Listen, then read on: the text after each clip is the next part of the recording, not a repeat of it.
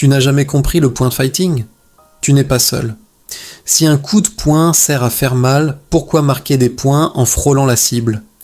Maintenant, imagine la fournaise du Madison Square Garden, été 1967. Deux trajectoires s'y croisent. D'un côté, Joe Louis, ex-marine, physique de boxeur, terreur des tatamis américains. De l'autre, Chuck Norris, discret, méticuleux, obsédé par le timing. Leur rencontre ne sera pas une démonstration, ce sera un choc des idées, et il va fissurer les certitudes du karaté occidental. Dans cette vidéo, je vais te montrer comment ce duel a retourné la table. Le contexte explosif des tournois US, les armes techniques opposées de Norris et Lewis, l'affrontement au Garden. Et, à la fin, un détail de notation oublié qui explique pourquoi la victoire a basculé. Reste jusqu'au bout. Tu ne regarderas plus un combat à la touche de la même façon. L'Amérique découvre le karaté et veut du vrai combat. Militaires revenus d'Asie, Hollywood, contre-culture. Au milieu des 60s, tout converge. Les tournois sortent des dojos, montent sur scène, et New York offre la plus grande l'All-American du maître S. Henry Cho au Madison Square Garden. C'est là que le karaté devient spectacle national, arbitre, panneau de score, cri du public, et c'est là que la question fait rage. Puissance brute ou science du temps ? En 1967, la salle est pleine, les meilleurs sont là, et deux noms attirent sur tous les regards. Joe Louis, c'est le phénomène. Quelques années d'entraînement suffisent pour empiler les titres. Style direct, fermeture d'angle comme un boxeur, blitz imparable. Il avance, il traverse, il marque. Son aura est telle qu'on le désigne déjà comme le visage du karaté américain. Ses victoires incidentes à la chaîne ont défini la norme. Imposer, bousculer, briser le rythme adverse. Chuck Norris, lui, choisit une autre voie. Il forge sa main dans le Tang Soo Do en Corée, rentre aux États-Unis et bâtit un jeu sans fioriture. Lecture, feinte minimale, déclenchement au millième. Moins de volume, plus d'inévitable. Combat après combat, il grimpe. Sa constance inquiète les initiés. Une machine à décision nette. Et cette année-là, il coche un objectif clair. Atteindre Joe Louis sur la plus grande scène du pays. L'All-American 1967 pose un cadre précis. Point de fighting, contrôle, jugement à l'instant. On ne cherche pas le chaos, on cherche le premier à toucher clairement. Ça change tout. La pression n'est plus sur la force absolue, mais sur la capacité à couper l'action au moment exact. Norris en a fait son art. Lewis veut prouver que sa percussion suffit partout. La collision est inévitable. Les tableaux avancent, Lewis impose sa marche vers l'avant. Norris glisse sur les lignes latérales. On murmure déjà que la finale rêvée est en train d'arriver. Et elle arrive. Norris vs Lewis, Madison.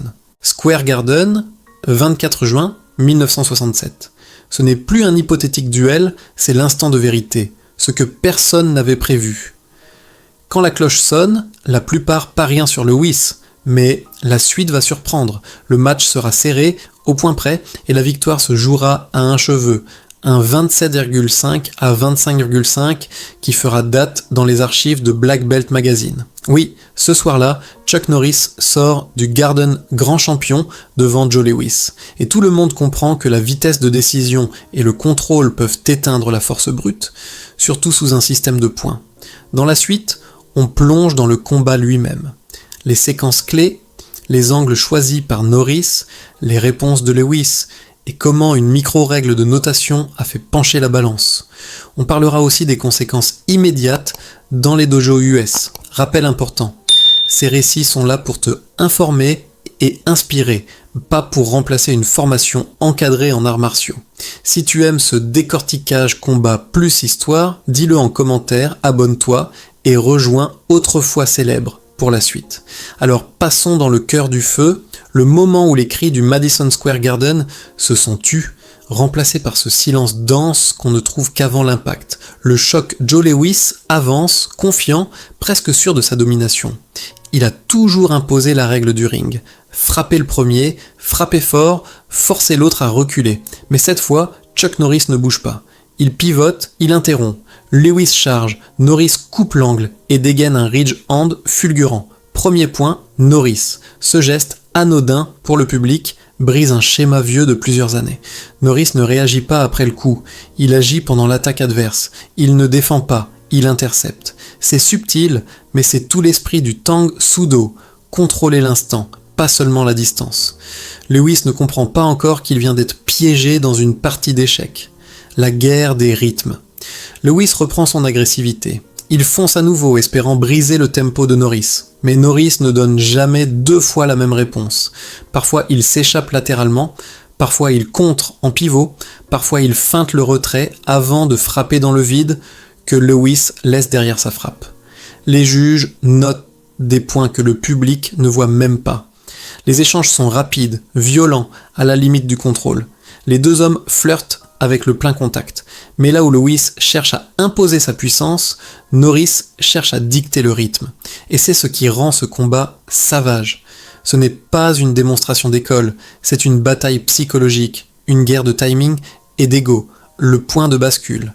À mi-combat, Joe Lewis place enfin une combinaison propre, un Gyakuzuki, reverse punch, plein torse, suivi d'un Maegeri, front kick, qui arrache un rugissement de la foule.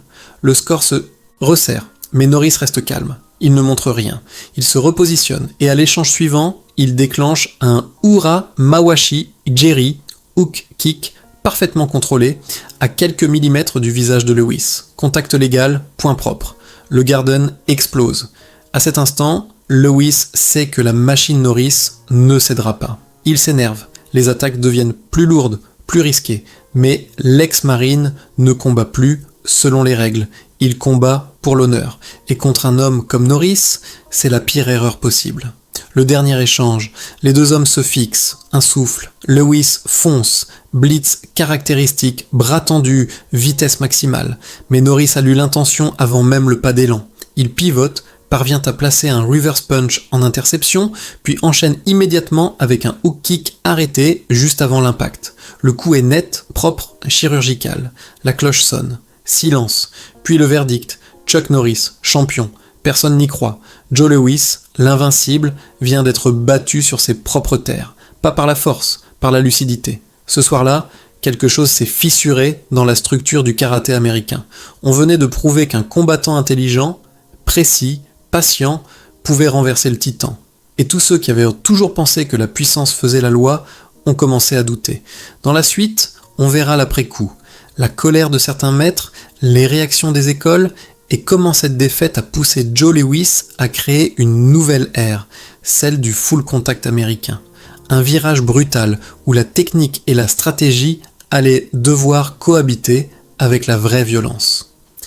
Des années ont passé depuis ce soir de 1967, mais les échos du choc entre Chuck Norris et Joe Lewis résonnent encore dans chaque dojo, chaque tatami, chaque salle où un élève en kimono salue avant de combattre.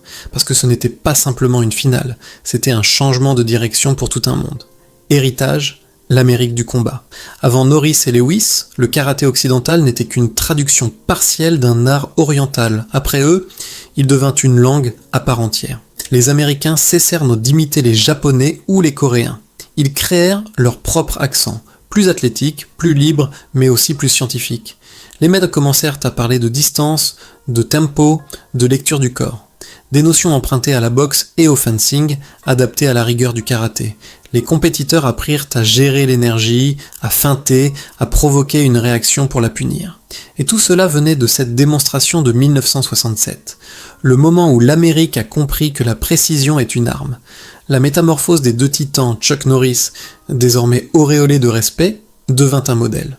Pas seulement pour ses victoires, mais pour son comportement, calme, concentré, inébranlable. Il enseigna qu'un vrai combattant ne cherche pas à dominer, mais à se maîtriser. Cette philosophie, il l'a transmise à Hollywood, quand il passa devant la caméra. Et soudain, des millions d'enfants voulaient être Chuck Norris. Mais peu savaient que derrière chaque coup de pied tournant sur écran se cachait un message. La technique précède la force. De son côté, Joe Lewis transforma sa rage en moteur. Il lança le full contact, forma des légendes et redonna au combat américain son réalisme. Grâce à lui, le kickboxing s'imposa dans les années 70. Il prouva que la défaite, quand on la digère, peut devenir une arme de création. Lewis n'a pas perdu cette nuit-là. Il a planté la graine du futur, l'effet domino. À travers le pays, des milliers de jeunes ont rejoint les dojos après avoir vu ou entendu parler de leur duel. Les clubs de karaté se multiplièrent. Les journaux titraient « Norris, l'homme qui a changé le karaté américain ». Des instructeurs comme Bill Wallace, Benny Urquidez, Jeff Smith s'inspirèrent directement de leurs approches combinées, la précision de Norris, la puissance de Lewis, pour créer des méthodes mixtes. C'est ainsi que naquit la génération des combattants modernes, ceux capables de passer du point fighting à la boxe, du kata à la compétition professionnelle. Et au-dessus de tout cela, l'idée persista. Le vrai karaté n'est pas figé, il s'adapte. Plus qu'un combat, un symbole. Regarde bien cette image. Deux hommes, debout, l'un saluant l'autre après une bataille féroce. C'est ça le cœur du Bushido moderne. Le respect après le chaos, la main tendue après la guerre. Cette image, elle a traversé les décennies. Elle a façonné l'esprit des arts martiaux occidentaux. Discipline, contrôle, humilité après la victoire. Et si aujourd'hui, dans n'importe quelle salle du monde, un arbitre arrête un combat au bon moment, si un combattant retient son coup à 1 mm du visage de son adversaire, c'est parce que cette philosophie a survécu, grâce à eux. Héritage partagé Norris et Lewis n'ont pas seulement marqué l'histoire, ils l'ont écrite à deux mains. L'un a ouvert la voie de la précision, l'autre celle du réalisme. Ensemble, ils ont prouvé que le combat est un langage, parfois crié, parfois murmuré, mais toujours sincère. Leur affrontement de 1967, c'est le Big Bang du karaté américain. Avant eux, la tradition, la forme, le respect. Après eux, la stratégie, la science, la recherche du vrai. Et ce message reste le même, 50 ans plus tard. Ce n'est pas la force qui gagne, c'est la compréhension de la force. Alors oui, ce combat a changé le karaté occidental à jamais. Et il a aussi rappelé à tous les combattants que la victoire la plus noble n'est pas celle qu'on arrache par la violence, c'est celle qu'on conquiert par le savoir. À toi, maintenant, penses-tu qu'un combat puisse vraiment changer un art tout entier?